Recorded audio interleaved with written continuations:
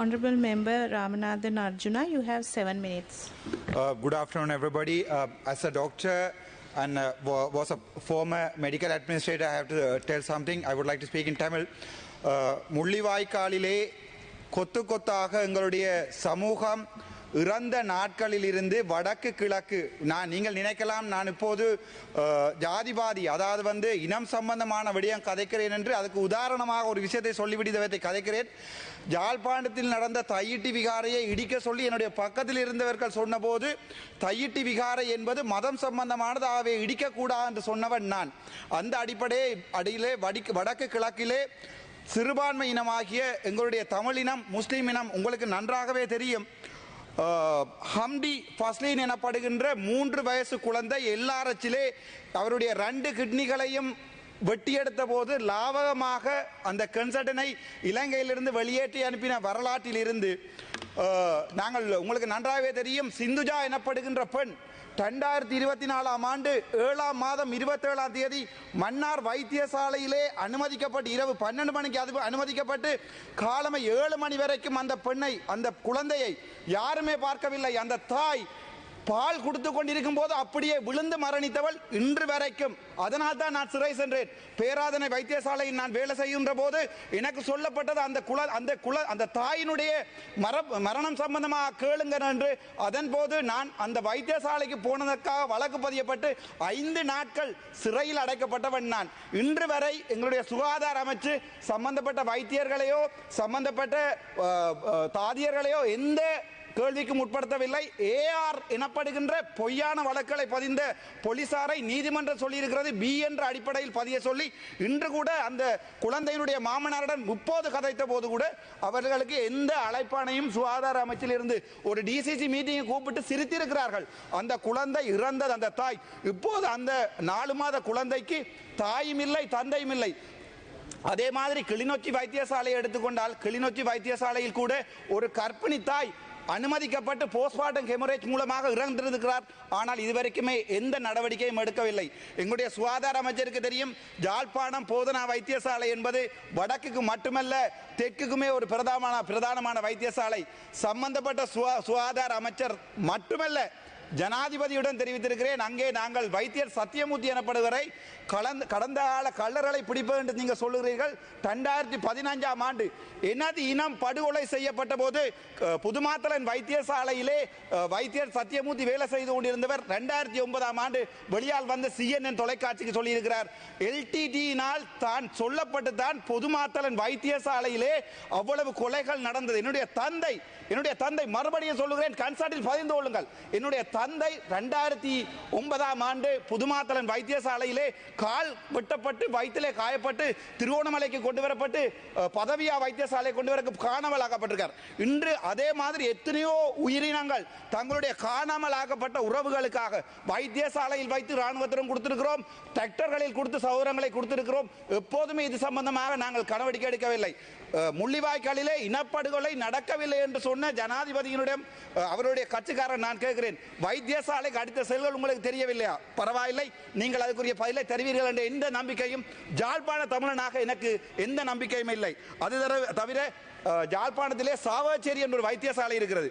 சுகாதார அமைச்சரிடம் என்னோட கேள்வி கேட்க விருப்பம். ஒரு கிழமைக்கு முன்னதாக டைரக்டர் ஜெனரல் ஹெல்த் சர்வீஸ் அவர்கள் கடிதம் அனுப்பியிருக்கிறார்கள். வித் ரீப்ளேஸ்மெண்டோட ஒரு பபசரா என்ற சிங்கள பெண்ணை உடனடியாக தெற்குக்கு டிரான்ஸ்ஃபர் பண்ண சொல்லி. ஆனால் அந்த கடிதத்திலே வித் ரீப்ளேஸ்மெண்ட் எழுதியிருக்கிறது.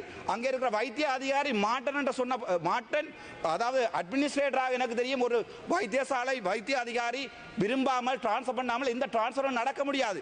HRIMS சிஸ்டம் இருக்கிறது. ஆனால் ப்ரொவின்சியல் டைரக்டர் ஹெல்த் சர்வீஸ் என்ன இருக்கிறார், தன்னுடைய அதிகாரத்தில் அவரோட சிங்களவர் தன்னுடைய அதிகாரத்திலே சாவச்சேரி வைத்தியசாலையில் இருந்து அந்த பவசரா எனப்படுவரை தானாகவே ரிலீஸ் செய்திருக்கிறார். அது சம்பந்தமாக டிசிசி கூட்டத்தில் நான் கதைத்த போது அங்கே இனம் மதம் என்று சொல்லுகிறார்கள். இனம் மதம் என்று சொல்லுகிற ஒரு விகாரையை இடிக்கக்கூடாது என்று சொன்ன ஒரே ஒரு தமிழன், யாழ்ப்பாணத்திலே பிறந்த ஒரே ஒரு தமிழன் ஒரு விகாரையை இடிக்கக்கூடாது. இப்போ பக்கத்தில் இருப்பவர்கள் யாரையுமே காணவில்லை. கேகேஸில் கட்டப்பட்ட தையிட்டி விகாரையை இடிக்க வேண்டும் என்று ஜனாதிபதியும் கேட்டு அரசியல்வாதியிலிருந்து தனித்து நிற்கிறேன். ஒரு சமூகத்தின் மதத்தையும் ஒரு சமூகத்துடைய உணர்வையும் மதிக்க தெரிஞ்ச ஜாழ்ப்பாண தமிழன் தேசிய தலைவன் என்ற வரலாற்றில் பிறந்து வளர்ந்து இன்றைக்கும் தயாராக இருக்கிற ஒரு தமிழன். மறுபடியும் சொல்கிறேன், வடக்கு கிழக்கிலே வைத்தியசாலையில் உங்களுக்கு தெரியும் பசி ஹமில்டீன் என்ற குழந்தை இன்று வரை தன்னுடைய கொலைக்காக அவருடைய தந்தையார் ஒரு முஸ்லீம் தந்தையார் சுகாதார அமைச்சுக்கு வெளியே அவர் ஒவ்வொரு நாளும் வந்து போராட்டம் செய்கிறார். எந்த சுகாதாரமும் என்ன பதில்களை சொல்லுகிறது? இதையும் விட ஜாழ்ப்பாணத்திலே ஒரு போர்ட் சர்டிஃபைட் இல்லாத கன்சல்டன்ட் எங்களுடைய மதிப்புக்குரிய அமைச்சர் அவர்களுடைய உங்களை நான் கனவாக கேட்டுக்கொள்கிறேன், தயவாக கேட்டுக்கொள்கிறேன். ஜாழ்ப்பாணத்திலே போர்ட் சர்டிஃபிகேஷன் இல்லாத வைத்தியர் டாக்டர் டி சத்தியமூர்த்தி அவர்களை முதலிருந்த அரசாங்கம் அவர் வந்து இனப்படுகொலையை எதிராக சொன்னார் என்ற காரணத்திற்காக இனப்படுகொலை நடக்கவில்லை, முள்ளிவாய்க்காலிலே என்னுடைய உறவுகள் சாகவில்லை என்று சொன்னதற்கு பரிகாரமாக கேபினெட்டில் கொடுத்து போர்ட் சர்டிபிகேஷன் கொடுத்து அவரை வைத்தியசாலையில் அமர்த்தி வந்திருக்கிறது. வெளிநாட்டில் இருந்து எங்களுடைய ரத்த சொந்தங்கள் கோடி கோடியாக எங்களுடைய வைத்தியசாலைக்கு அனுப்பி கொண்டிருக்கிறார்கள்.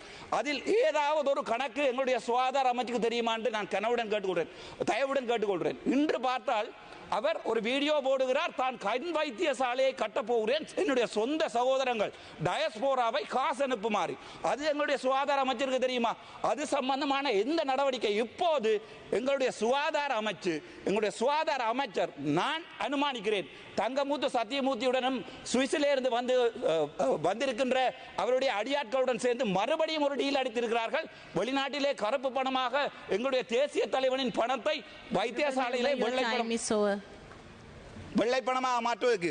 அதேபோல் இவ்வாறான விடயங்கள் கணக்க இருக்கிறது. ஒதுக்கப்பட்ட வினாடி 8 நிமிடங்கள் ஒதுக்கப்பட்டிருக்க தயாசிரி அம்மை அவர்களுடைய வினாடி 2 நிமிடங்கள் இருக்கிறது. தயவு செய்து அதை தரவும். அது தவிர சாவச்சேரி வைத்தியசாலையிலே நான் என்னுடைய பதவியை இழந்து நான் இந்த போராட்டத்திலே போய் 25 வழக்குகள் வேண்டினால்தான் சாவச்சேரி வைத்தியசாலையை உலகமே திரும்பி பார்த்திருக்கிறது. இப்போது 4 கன்சல்டன்ட்கள் விட்டிருக்கிறார்கள். 3 பேர் SR சீனியர் ரெஜிஸ்ட்ரார் எனப்படுகின்ற லிஸ்டிலே அவர்கள் டிரான்ஸ்பர் ஆகி போனால் அந்த வைத்தியசாலை மறுபடியும் போகும்.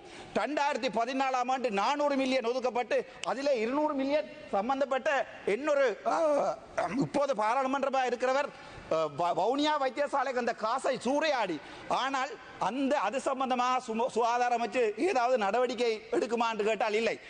நாங்கள் கல்லறை பிடிக்கிறோம் என்று வந்த நாங்கள் இப்போது கல்லறை பாதுகாக்கிறோம். முடிந்தால் உங்களால் தங்கமூத்து சத்தியமூர்த்தியினுடைய வெல்ஃபேர் சொசைட்டியில் இருந்து அவர் எவ்வளவு பணம் வெளிநாட்டில் இருந்து எடுக்கிறார் என்பதை உங்களால் முடிந்தால் செய்ய முடியுமா இருந்தால் நான் எங்களுடைய மதிப்புக்குரிய ஜனாதிபதிக்கு நான் கொடுத்த ஆதரவை திருப்பி தருகிறேன். ஏனென்றால் வடக்கு கிழக்கை பொறுத்த வரைக்கும் நாங்கள் ஒரு தமிழ் பேசுகிற இனம், நாங்கள் ஒரு வேறு மொழி பேசுகிற இனம், ஆனால் நாங்கள் புத்த மதத்தை மதிக்கிறோம். அதனால் தான் சொன்னேன், ஒரு நிமிடம் தாருங்கள், அதனால் தான் சொன்னேன் இன மத பேதமின்றி நாங்கள் ஒன்றாக வாழுவோம் என்று. நன்றி. இந்த உயரிய சபையிலே இன்னும் 77வது நாளுக்கு பிறகு சுதந்திர தினத்திற்கு பிறகு உண்மையான சுதந்திரத்தை உணர்வதாக நான் விளைகிறேன். ஏனென்றால் 77 நாட்களுக்கு பிறகு எனக்கு கதைக்கு அனுமதி தந்திருக்கிறார்கள். நன்றி, வணக்கம்.